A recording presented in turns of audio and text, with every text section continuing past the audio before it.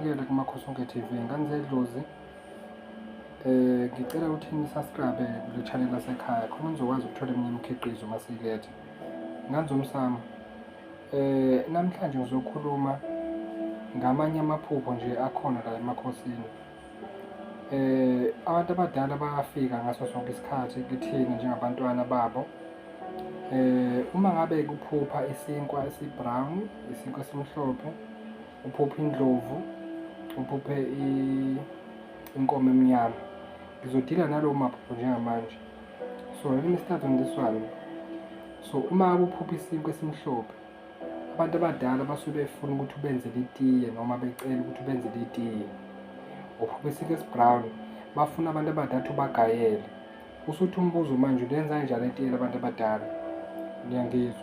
Kubalulekile ukuthi abantu abadala benzelwe itiye. Abantu abadala basemathongeni, abantu abadala balambile la bekhona, badinga ukuthi ubenzele itiye. Manje awukwazi ngisho ukwenza itiye uzolenza kanjani? Ngizokusiza-ke lapho. Uma wenza itiye labantu abadala, kufuneka uthole ubisi lwamanzi. Ulithenge lo bisi noma ungathenga oluncane, uthenge ushukela o-brown, uthathe inkomishi yakho le yensimbi, hhayi yeglasi, uthathe le yensimbi, uthathe nesoso lakho, uhambe lapha emsamo nama-tea bags. Ungawafaki ama-tea bags phakathi, uwabeke eceleni noshukela ubeke eceleni. Uthathe isipuni naso sibeke eceleni, engathi wenzela umuntu, ufake ngisho i-tray, engathi wenzela umuntu noma umuntu omdala. Ngiyangizwa. Ufake namanzi phakathi lapho enkomishini yakho, amanzi phela uzowafaka phakathi. Uhambe uye emsamo, uzofike lapho wabike emsamo, ukhanisa amakhandlela akho. Ungawazi ukuthi mangakhi lawo makhandlela ukuze kusheshe kufike kubona. Sekumele ufonele ubuze ukuthi ukwenza kanjani. Lapho-ke semele ufike ubikele abantu abadala ukuthi nanti itiye lapho. Singazi nenkulumo ukuthi uzoyibhekisa bani, uzothi wenza itiye, wenzela umuntu ongalifuni itiye. Sekumele ubikele lo bevelele kuwena. Inkinga umanzi ukuthi ubani ngoba ubalungiselile. Which is uvele njengomuntu useless uma ungabalungiselile abantu abadala. Itiye akwazi ukulenza. Uma ulenza le tiye, you're going to do it during the night. You don't do it in the morning. You're doing it during the night. That's where they are so active. Njengoba bese becela itiye kuwena. Ubabikele lapha, ushisa impepha. But awukwazi ukushisa impepha. Abanye abakwazi ukushisa impepha. Baningi abangeke bakwazi ukushisa impepha. Ngezathi ey'thize ngeke ngizibalule la. Kodwa kubalulekile ukuthi lifike kubona lelo tiye lelo. Yingakho kubalulekile ubalungisele abantu abadala, but when they want ukuthi ubenzele itiye, you do it for them, right? Amakhandlela awacishi, wakhanisa kuze kuse khona bezokwazi ukuthi bethole lokho ababacele kuwena.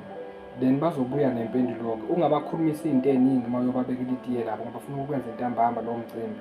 Ungabatsheli iy'nto ey'ningi, babikele itiye labo balinde bazokhuluma nawe. Wena ufuna ubabikele ukuthi itiye lapha nje uzolibeka lapha emsamo. Ngiyangizwa. Uthathe izinkwa zakho usike kahle ngendlela, usilayise, usifake nakhona esitsheni sakhona esihle, kube clean nje, uzise lapha emsamo. Ngiyangizwa, ungazicobi irama, uyasika nje usike kahle zibe zinhle uzibeke lapha. Ushukela ufake phakathi, i-tea bags awufake phakathi emanzini lawo etiye, ukubeka ukuhlukanise lapha separate kube kuhle emsamo. Bayazi bona bazokwenza njani. Amanzi kodwa wafake. Ngiyangizwa. Bese uthatha namanzi ngenkomishi, pure water, ngenkomishi noma ngeglasi, amanzi abandayo uwabeke emsamo. Khona labo bezofika bethe thina sifuna amanzi, hhayi itiye, bakwazi ukuthi bawathole lawo manzi. Ngikunikeza ukuhle la kwasemsamo uzokwazi ukwenza. You can do it, into zakho bezizwe abantu abadala ngaleso sikhathi. Alright? Yize-ke manje uma ngabe uphupha isinkwa esi-brown, isinkwa esi-brown ngishilo ngathi ufuna ubenzele utshwala besintu bagayele. Uma ufuna ukufundisa ukuthi uzobagayela kanjani kulungile-ke, uzosesha-ke la kuzomele ufunde khona, bakufundisa abakwaziyo, hhayi ngoba ngingakwazi, anginaso isikhathi. Ngibuye-ke manje ngithinte isimo sendlovu. Indlovu ukhumbule ukuthi isilwane esikhulu sasendle, isilwane esikhulu esibalulekile naso ngendlela yaso, ngobubanzi nobukhulu baso nokubaluleka kwaso. Indlovu iyisilwane esikhulu esimbethiswe amandla, sisetshenziswa amathongo noma ubaba omkhulu ukuveza amandla abo phezu kwempilo yakho. Isikhathi esiningi indlovu ayiveli emaphushweni ethu namaphushweni ey'ngane nje zonkana. Why ngithi awiveli? Indlovu isikhathi esiningi uma ivela kuwena, like normally ivela ngoba usuke ukukhombisa amandla akho ukuthi usunamandla angakanani noma ithongo lingibathi liphethe amandla angakanani. Ngiyangizwa ngaNomsamo. Kodwa uma abe leyo ndlovu le izovela ikujaha noma ivele icasukile, idlozi lakho lisuke liphenduliwe uma kuvela leyo ndlovu ekwatile noma ecasukile noma ilwa nawe, isuke kuphendulwe idlozi lakini lapho. But uma ivele ingakulwisi ihamba nje kahle kuwena i-right, bese bekukhombisa ukuthi amandla akho asekhuphukile, amandla ethongo lakho asekhuphukile manje, usuwumuntu osumbithiswa amandla ethongo. Singazi ukuthi njengoba bekungibathisa lawo mandla lawo ngendlela yabo subalungiselile yini, ngoba nginesikhalo nokuthi abanye abantu abaningi iy'ngane zedlozi abalungiselile amathongo bese balindele izinto ezinhle ukuzuza kubona. Akakwazi ukwenzeka kanjalo. Ngiyangizwa. Bese siyeza manje kwinkomo emnyama. Uma buphupha inkomo emnyama uhlezi wazi lapho, no angikhathathi ubani, uma usuphupha inkomo emnyama uhlezi wazi ukuthi khona uganga wasekhaya khona, usuke ukhona umndeni lapho othinte kabi ithongo lakho noma lakini. Kukhona osuke eganga lapha emsamo okuyisithi esikhulu sasekhaya, hhayi ngaphandle, isithi esikhulu sasekhaya esisondele kakhulu. Isikhathi esiningi kuba o-anti abagangayo bavela njengaleso ngisichaza njengamanje. Angisho ukuthi bonke, kodwa ngisho o-anti abagangayo, abagangayo bazazi and I won't pity them ngoba ngiyazi baganga. Ngiyangizwa.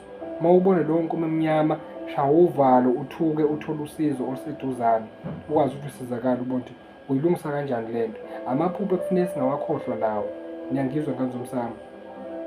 Ngicela uku-eda nale phupho leli namhlanje. Khona iphupho la uphupha khona udla. Uma uphupha udla, uthi umbuzo udliswa ubani? Ngoba phela manje uthi uyayibona inkinga isikhona.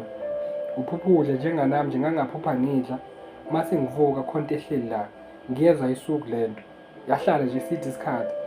Sengiyazizwa ngisho isifuba sami ukuthi asisekho right kahle. Ngithi ngiyabuza, hayi lutho nethongo lithule. Kwenzakalani? Safika isalukazi sathi, hayi buka la. Wangivulela wangibheke wathi buka la unjani. Uma ngiyabheka into ehleli la nje yenza ama-side effect amaningi. Ngeke ngichaze into eningi-ke la, but kwamele ngiyikhiphe leyo nto. Wangitshela futhi uzoyikhipha kanjani. Wangihlanganisela yonke into ugogo lo ongasekho ukule kwelamathongo. Angiyanga kumuntu ngoba ngase ngibalungiselile, ngakwazi ukuthi ngiyikhiphe le nto le. Ngatshelwa nokuthi ayifake ubani, eyifakelani. Utshela ngisho izathu, utshela nokuthi ufake ubani, kufakelani, ngokukhipha kanjani. Uma usubalungiselile, asikho isidingo sokuthi bakufihlele, asikho, wena ubalungiselile.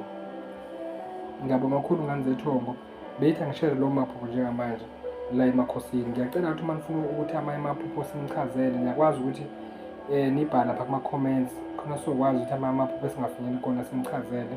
Nanokuthi umkhulu isikhathi akanaso, uzofaka lokho okufakayo lapho kuma-comments noma nifone nisho ukuthi uma lokhu ngikulungisa kanjani, sizokwazi ukuthi sikubhekele. Kodwa umkhulu atholakali, kodwa ungithinte ngizokubona, noma ushaya u-WhatsApp sizokwazi ukubona imilayezo yakho bese sixhumana nawe ngendlela. Siyathokoza ngaNomsamo, nibe kahle lapho nikhona. Indlondlo enkulu, amakhosi amakhulu.